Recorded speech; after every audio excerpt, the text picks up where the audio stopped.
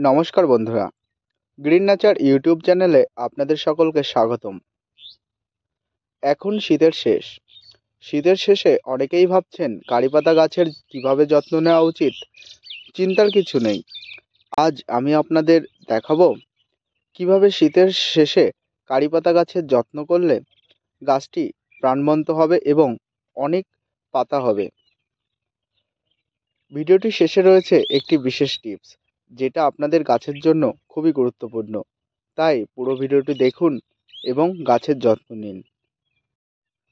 প্রথম স্টেপ হলো পুরনো এবং মরা পাতা ছাঁটাই করে দেওয়া। এই কাজটি করলে গাছের নতুন পাতা বের হবে এবং অনেক সবুজ থাকবে। আপনি একটি ধারালো কাঁচি ব্যবহার করবেন বা কাটার ব্যবহার করবেন, যার মাধ্যমে গাছটিকে আপনি ছাঁটাই করতে পারবেন। চলুন দেখে নিই কীভাবে গাছগুলিকে কাটিং করা যায়। দেখুন, যে ডালগুলো লম্বা হয়ে গেছে সেই ডালগুলিকে এরকম জায়গা থেকে কেটে দিন। কেটে দিলে এই ডাল থেকে অসংখ্য ছোট ছোট শাখা বের হবে এবং সেটি বড় হয়ে অনেক পাতা দেবে, যেটি আপনি বিভিন্ন কাজে ব্যবহার করতে পারবেন। আমিও এই গাছের ডালগুলি এমনভাবে কেটে নিচ্ছি যাতে অনেক পাতা বের হয়। কেটে নেওয়ার পরে গাছটিকে যে কাটা অংশ আছে সেখানে ফাঙ্গিসাইড ব্যবহার করবেন, তাহলে গাছে কোনো ছত্রাক লাগবে না। দেখুন, আমার এই গাছটিকে কি সুন্দর করে কেটে নিয়েছি। এই যে ছোট ছোট যে পাতার অংশ আছে এগুলি আপনারা হাত দিয়ে ভেঙে নেবেন বা চাইলে কাটার দিয়েও কেটে নিতে পারেন। এটি আমার আরেকটি কারিপাতা গাছ। এই গাছটিকেও আমি সুন্দর করে কেটে নিচ্ছি যাতে এই গাছেও অসংখ্য ডালপালা বের হয়।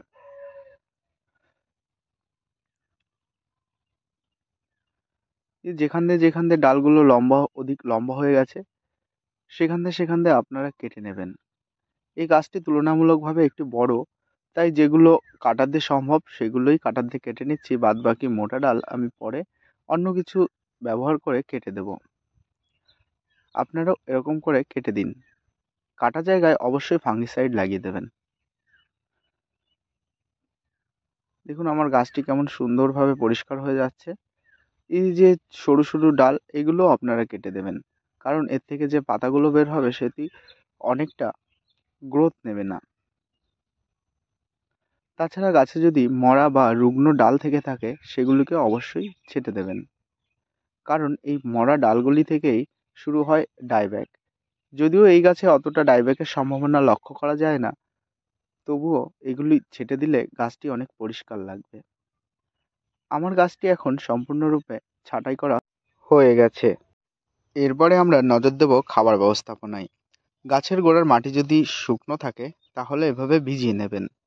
ভিজিয়ে নেওয়ার পরে কিছুটা জৈব সার এবং মিক্সড সার ও একটু মাইক্রোনিউট্রেন্ট গাছের গোড়ায় সুন্দরভাবে মিশিয়ে দেবেন। তাহলে সময়ের সাথে সাথে আপনার গাছটি অনেক পাতা দেবে এবং আপনার ব্যবহারযোগ্য করে তুলবে। মিক্সড সার হিসাবে আপনারা নিমখোল, হাড়ের গুঁড়ো, সর্ষের খোল, শিংকুচি এবং তার সাথে কিছুটা পরিমাণ ভার্মি কম্পোস্ট বা যে কোনো ধরনের কম্পোস্ট ব্যবহার নিতে পারেন। এছাড়া আপনাদের জানাই একটি বিশেষ টিপস। আপনারা 15 দিন অন্তর অন্তর একবার করে খোল ভেজানো জল এবং একবার করে কলার খোসা ভেজানো জল অবশ্যই প্রয়োগ করুন। দেখবেন আপনার গাছটি চিরসবুজ হয়ে থাকবে। তাছাড়াও আপনারা যদি রাসায়নিক সার ব্যবহার করতে চান তাহলে 15 দিন পর পর একবার করে একটু ডিএপি সার এবং 1 চামচ এনপিকে 19-19 সার গাছের গোড়ায় প্রয়োগ করতে পারেন এবং প্রয়োগ করার পরে জল ঢেলে দেবেন। দেখবেন তাতেও আপনার গাছটি অত্যন্ত সুন্দর হয়ে উঠবে। এরপর আসি রোগ পোকা সম্পর্কিত কথায়। এই গাছে পোকা খুব অল্প পরিমাণেই লাগে। শুধুমাত্র নিম তেল ব্যবহার করবেন, তাহলে দেখবেন আপনার গাছটির পাতাগুলো আর পোকায় খাবে না। আর যদি ছত্রাক লক্ষ্য করা যায় তাহলেই শুধুমাত্র ফাঙ্গিসাইড ব্যবহার করবেন, না হলে নয়। কারণ এই পাতা আমরা সবসময়ই ব্যবহার করব, তার জন্যে ছত্রাকনাশক ব্যবহার করা খুব একটা ভালো হবে না।